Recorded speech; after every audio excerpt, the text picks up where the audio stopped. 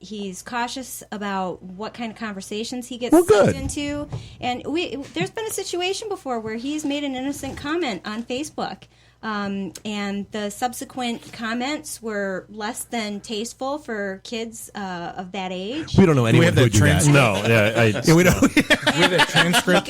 He got sucked into all of that, and it turned into a big thing at his school, and ended up turning into a big assembly at the school. And free afternoon. The kids probably were happy. Yeah, right. They were actually happy. But that one instance of him partaking in it innocently enough wasn't enough for him to be really turned off by social media, actually. And so we stick with the texting and emailing. And so the trick is get your kids to have a bad experience with social media. Yeah, burn them early. Danny is a teenager, so. Right, yeah. Well, okay, former teenager. Well, and, you guys are basically living your lives on social media right now, trying to get out there, and and we'll definitely get back into that more later. Where you guys are launching your own thing and trying to get out there more. So I mean, how do you balance this was the me, the real me on Facebook, but oh wait, all of a sudden now I have to be corporate me that's trying to talk to people about jobs and gigs and businesses and that kind of stuff. Right. Well, I'm 35, so I didn't really grow up on it, but I use it. And I don't always like it, but I feel like I have to stay with it because it's a necessary evil. Yeah, right when I think, okay, that's enough, I'm going to take a break and log out for a while. Someone calls me and said, "Oh, I just saw there's one another of your cat videos." picture." Yeah. It's like it's like you log out for like a day and like you miss like a year's worth of conversations because it flies by, like a fire hose of information. And one time, my son Charlie, my other son, bit his finger. And I filmed that and put that on YouTube, and that got really popular for a while. So I don't know if you saw that, Danny. Yeah, I think so. Like 6 years ago. this one time on Facebook. So I guess just real quick. How's that going? You guys are just launching your own thing and your own business, and it is in the era of social media, which has its good touch and bad touch because you can be as big as you would like to project to be without necessarily having all of the the backing that a large company would. How's that working out for you guys as you're getting out there? Well, I think it definitely helps. We couldn't do without it. And actually, right now we don't even have a website. I know that I pointed that out. Yeah, right. Yeah. But then we like it that way, right, Danny? We're kind of like under the radar. Right. Yeah, we'll go that route right now. For you. See, exactly. Now I did. I wanted to see I got to see the sneak preview of a video that you had done. Okay. Yeah. And I wanted to see more. And you actually made me cry. I did find you, I think, on Vimeo. Yeah. Right? Yeah. Yeah. What'd you cry about? My videos? You know what? They weren't that kind of video. No. It was the gospel. Okay. Yeah. The Eminem song. Yep. Okay. A little tear, yeah. And good. it wasn't streaming or anything, but that's good. That's what we were looking for. Just a little tear, half a tear. Yeah, we can get one tier, we succeed, You're changing the world one tier at a time. Well, it's turning into a high-touch world, right? So I was going to say, from a conference organization standpoint, when you're trying to launch, you can't do that without being out on social media right now. It can't be done without it. And it's there's so many channels. You've got to reach out in so many different ways. For us, we've had to rely on the website, but also word of mouth, all the other kind of social media, Twitter, and we post to let people know what we're doing and when we're doing it, and to also ask them, repost it, tell people that because it's the network is everything now.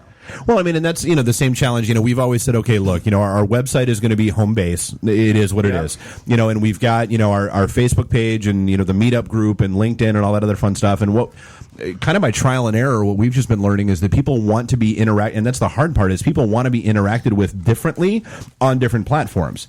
Our website, they want blogs, they want full content, they want to read. Facebook, they want silly, stupid memes. Yeah, I'll be the first to admit, like when we started, joking around with our Facebook posts, and Dave started posting all the funny memes on there, I resisted. I'm like, dude, what are we doing? This is supposed to be a business organization.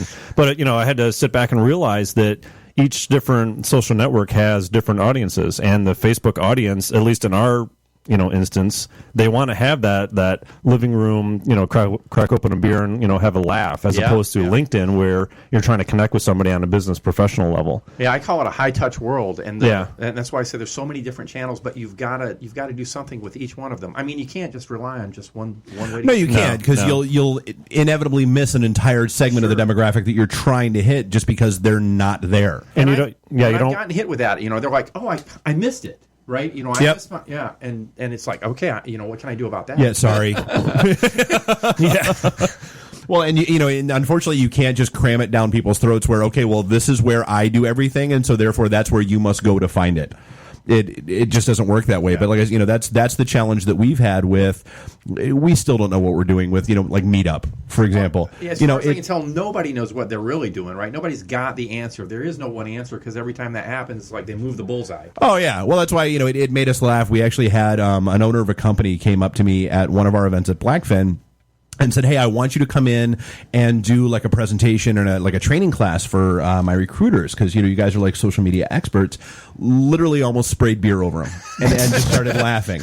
And I'm like, no, we're not. I'm like, and more to the point, nobody is. We've made more mistakes than we've actually had successes. Well, actually, those are the people that you do call experts. Well, but right? not only that, we're trying. That's may be that's really, the key. really great at one, but you're not. There's nobody that's like you're not an expert on Facebook and on Twitter and on LinkedIn and on Meetup and on Instagram, and you may have your area of expertise, but it's not.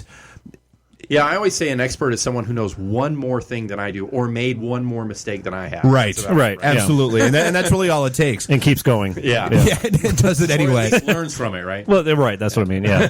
Well, it's it's the old expression. The first one's not a mistake. You get to call that one a learning experience. It's a mulligan. It's only a mistake if you do it twice. All right, so actually, wow, believe it or not, we're already coming up against the first break. Are we? A little early? Well, we're about there with this break because, I want to sit down, I want to go through the notes, and I want to make sure we hit on Toscano and double back with all the guests. Well, you know what? I was going to say somebody was calling in, and I was going to give them a shot and try to answer, but they blew away again. So really, that was fast. Yeah. Actually, you know what we should do, just because this is going to make me laugh. So we are giving away tickets tonight for, hey, it is what it is, man. St. Andrews Hall wanted us to play nice. I know. We're trying to play nice. So we'll make. What was the catchphrase that you wanted to give away? Yeah, exactly. So Bob's not here, so we're going to blame him for this because this was all his brainchild. So what we want you to do is we're going to play a little cut here for you as we head into the break. It's The Devil Makes Three is the band, and they're at St. Andrews Hall next Saturday night. If you want to go, hit us up on Twitter at IT&the and just say, I want Bob's tickets. We'll pick one at random between now and the end of the show, and we do have more tickets for different bands coming up next week as well, and we'll figure out, I swear to God, we'll figure out a better way to do this. This will be the only time people add us on Twitter. It's entirely possible. So is that the way to say that, by the way? I don't know. Add us, who knows? Again, we're not social media experts. Yeah, I'm proving it right now. Right, so we'll go ahead and let this play. We'll head into the break. We'll come back with Toscano Media and Sherry Volz and Jim talking about Tom, sorry, God, see it? It's an you need a cheat sheet. Names wrong, right? And Danny, that's why I have this here. And Jim. Bob. Talking about the Agile and Beyond conference. We'll be back.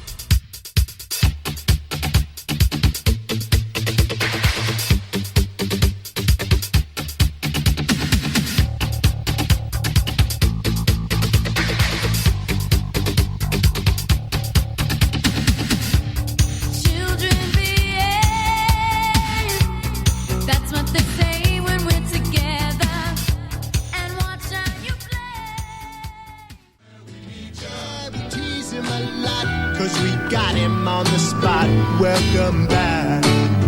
Welcome back. Welcome back. Welcome back. Welcome back. Welcome back. Welcome back. I'll talk to you about it. All right, and speaking of welcome back to the IT&the show. Yeah, apparently there is some wonkiness with the phone line here this morning, tonight. That's what I was out there talking to Karen about. So it's not Bob's fault. Right, so it's not. Can we blame him anyway? We will, absolutely. That's what we're here for. But the phone number is 313-462-0107 if you want to call in. Hit us on Twitter at IT&the. Find us on Facebook at facebook.com/IT&the. So let's hop in with Jim and Danny. And let's talk about Toscano Media. So you guys, you reached out through DetroitNet, and kind of let me know the background of what was going on. And I said, well, we not really a whole lot with DetroitNet that we do, but hey, there's this other thing that might be cool. You might want to chat. So so what led you to this position? Why'd you reach out, and how do we wind up hooking up? So what happened was Danny and I were working for an automobile magazine website. We did video production. Okay. And we both, Danny's right out of college. I'm a little bit older than him, but we've always done video production. I have an advertising agency background. Anyways, we were no longer working at the magazine, and we wanted to do something fun, something for our reels, for publicity. And my little sister actually went to the XICW wrestling with a teacher friend of hers, and she told us about it. I looked at the website. I was dying to do something, some kind of video for XICW, and I talked to Danny. I said, we got to do this. He agreed. I called Dave, and we showed up at the wrestling a month later. Yep, and brought our cameras, a couple guys. Yeah. You were brave and brought all your nice equipment into the Ritz in Warren. Yeah. We had the rain gear on it, and the Pabst Blue Ribbon rain Covers. gear. Yeah. So we had a bunch of guys. There was 2 extra guys besides us that were dying to come out. They had a great time, and we shot what we think is some pretty good footage at the match. Yeah, the commercial turned out to be fantastic. Thank you. Yeah, I'm actually going to throw a link to it out off of the Twitter feed at IT and the D here in a sec. Absolutely. But yeah, so we got together a couple weeks ago and just started taking a look through some of the footage you guys had, and it blew my mind. It's one of those things where I've always said, it's easy enough to try to hack your way through something, and you can enough duct tape, you can try to get things done as much as you can, but then once you see somebody who actually really knows what they're doing, you're like, yeah, I'm never going to touch that again. Right. And then that's pretty much what happened that night. And so that's hey, what do you guys think about doing a commercial? And it actually aired yesterday, which was phenomenal, off of my TV 20. It looked great. Like I said, I shot you a note back and said, yeah, it just aired, my phone just blew up. So yeah. It was exciting, and my sister said, wow, you guys actually made XICW look beautiful. But Danny, you're the ones. Danny was actually the one behind the keys editing that thing. I was kind of cheering him on, but Danny was hitting the keys there. Oh, it looked phenomenal.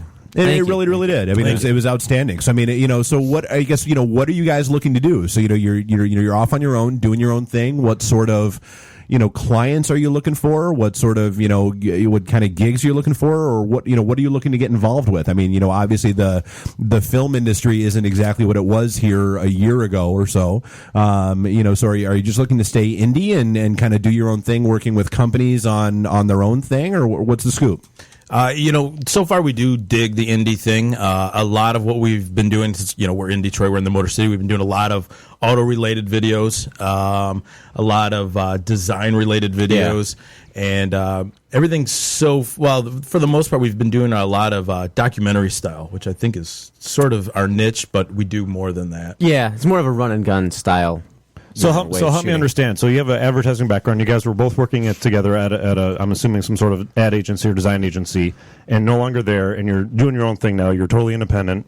So do you have a business background? Like how does that work? Like are you're relying on your technical expertise to produce what you're really good at, but how are you going about finding clients? Like do you come up against any sort of you guys aren't the agency that of record or whatever the company is used to using. Well, how do you fight that? Since we've gone off on our own, it's funny because we really haven't had time to develop any way of reaching out, but just through word of mouth, we've been getting, enough. So people are familiar with you guys personally and what you guys are capable of doing. Jim, mostly because you have an advertising, background and have connections, and I think that's the most important thing. Right. Oh, absolutely. Well, networking 101. Right. Yeah. Right. Yep. Yeah. And we've been fortunate enough to work with a lot of good clients that have been like helpful, reaching out and hey Jim, I gave your name to somebody else. Hey Danny, I gave your name to somebody else. And I mean, everyone's been great. It's just a good feeling to like, hey, so and so gave me your phone number, and I just looked at your reel.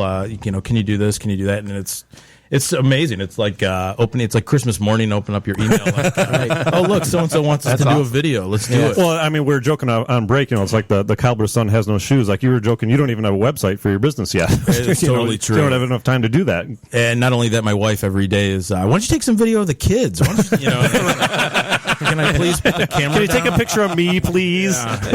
Yeah, plumber's house, leaky pipes. Yeah, exactly. But I mean, and the other thing that I think that guides me and Danny is just to have fun. I mean, you work with people that are rough to work with, and there's some of that, but our goal is always just to have fun, and I think our clients see that, and I think they're having fun, we're having fun, and it shows in the work. I mean, it really shows in the work. We hire people that we like to work with. Yep. And well, yeah, because I mean, you guys walked into a fairly skeptical, I don't know that